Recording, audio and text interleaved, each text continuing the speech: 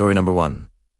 The Mountain Follower. My name is Luke, and I've been hiking for years, mostly alone. It's quiet, peaceful, and it's one of the few places where I can clear my head. But after what happened 2 summers ago, I haven't stepped back into the mountains again. I live in Colorado, and one of my favorite trails used to be Mount Ontario. It's long, steep, and mostly empty, exactly the kind of place I like. I planned a full-day solo hike in early July.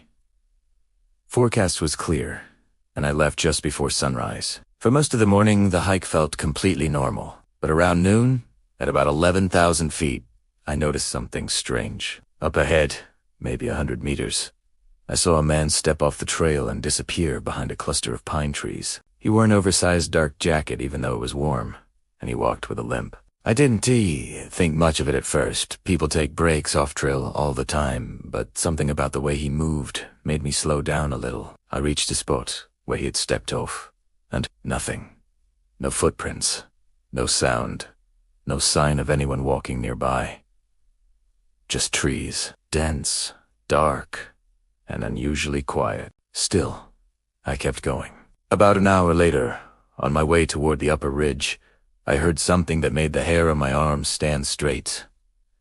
Whistling, but it wasn't a casual tune. It was a single, repeating note.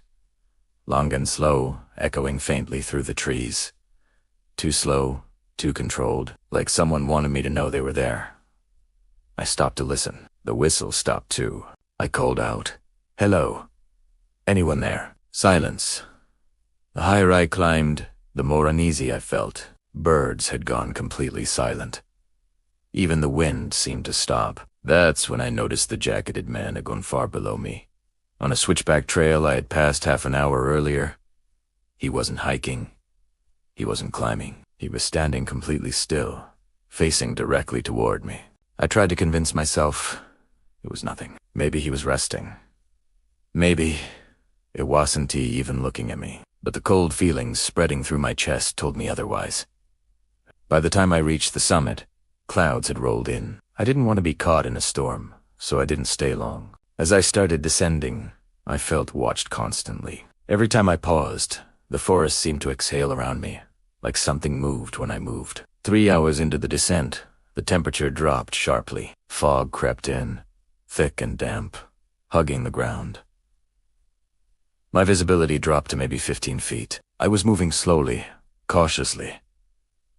When I heard it again, the whistle, long, low, too close, I froze. It was coming from somewhere to my right, deeper in the trees. I turned on my headlamp even though it was daylight had barely cut through the fog. I tried to get down the trail faster, but the fog made the rocks slippery. Then I heard footsteps. Not the light, quick steps of a fellow hiker. Heavy, dragging footsteps. Slow, deliberate, matching my pace. I didn't run, but I came close. And that's when I made a mistake. Left the trail without noticing. Visibility was so bad I didn't realize I'd stepped onto a narrow deer path. 5 minutes later, I understood how bad things had gotten. I had no idea where the trail was. The fog wrapped around me like a wall, and then I heard breathing right behind me. Not animal breathing. Human breathing, ragged, uneven, like lungs struggling. I didn't turn around. I forced myself to walk forward, slow and controlled, pretending I didn't hear it. My heart felt like it was going to punch through my ribs. Then that same long whistle filled the air again, but this time it wasn't from behind me. It was right in front of me. I finally turned my light toward. The sound and saw him. The same man, the dark, oversized jacket, the limp. But up close, something was wrong. His face looked swollen, almost milky. His skin was gray. His eyes were open far too wide, unblinking. His lips were cracked and dark, and he was smiling. I stumbled backward. The man didn't move. He just kept whistling that horrible single note, forcing it out through broken lips. I bolted. I don't know how long I ran. The only thing I remember is the fog suddenly thinning and my feet hitting the wooden plank of the main trail. Another hiker found me sitting on the ground, shaking. When I tried to explain, he looked at me like I was dehydrated or delirious. But that's not the worst part. When we finally got to the parking lot, he pointed something out to me, something I had missed. My truck door was open, not unlocked. Open. Wide open. I always lock my truck when hiking. I checked it that morning, but someone had opened it. And inside, on the driver's seat, was a long, hand-carved wooden whistle.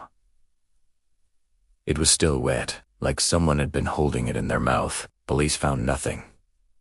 No footprints, no witnesses, no signs of anyone else on the trail. But for months afterward, at random times during the night, I would hear that same low whistle somewhere outside my house. It always came from the tree line, and every time I checked, there was no one there.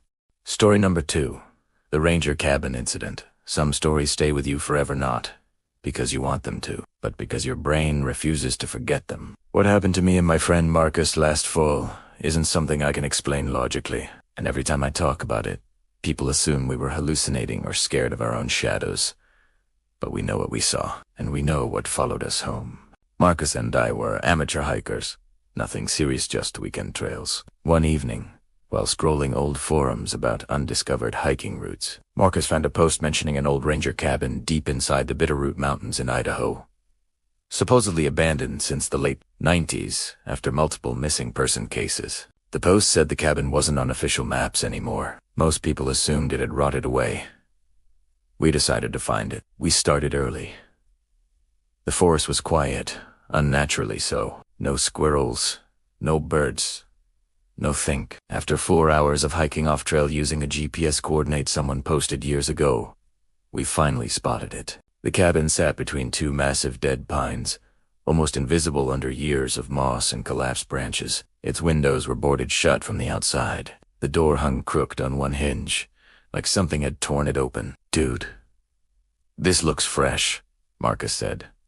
He was right. The boards, although dirty, didn't look 30 years old, and deep scratches were carved into the wooden frame long vertical gues. Inside, everything was dark. We had to use flashlights. Furniture was overturned, papers scattered, and the air smelled like rust and damp soil. Then we found the journal, a small, mud-stained ranger's log dated 1997. Most pages were ruined, but a few words stood out. Greater than something in the woods at night. Not an animal. Keeps getting closer. Won't let me leave. As soon as we read that last line, we heard something outside. Footsteps. Slow. Heavy. Deliberate. Marcus killed the flashlight instantly.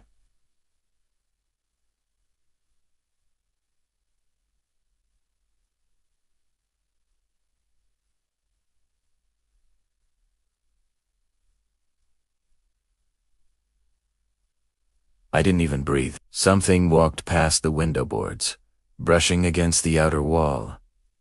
Whatever it was, scraped its nails long. Sharp nails across the wood, the same vertical scratches we saw at the doorway. We didn't move for almost a minute.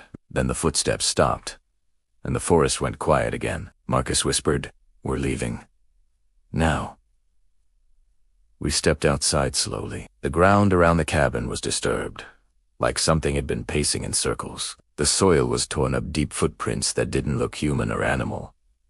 Too long. Too narrow.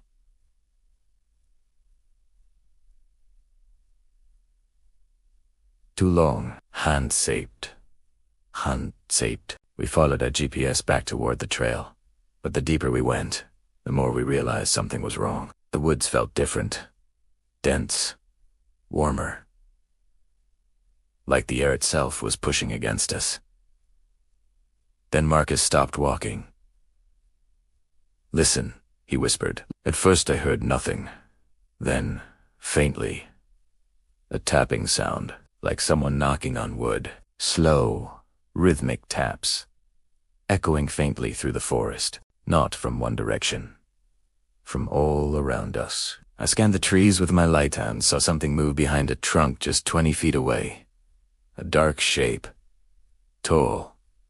Too tall. It slid out of view instantly, like it had been waiting and didn't expect us to look its way. We picked up our pace, practically jogging. The tapping grew louder, faster. Then it changed, turning into something else. Breathing, deep, raspy breathing. I don't remember running, only the panic. Branches cutting my arms, Marcus shouting for me not to stop. The forest felt endless. Soon, the tapping stopped, the breathing stopped.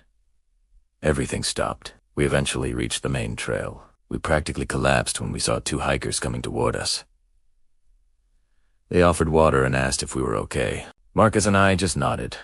Neither of us could speak. We drove home that night and agreed never to talk about it. But about 3 weeks later, Marcus called me at 2 a.m. His voice was shaking. "It's outside," he whispered. It followed me.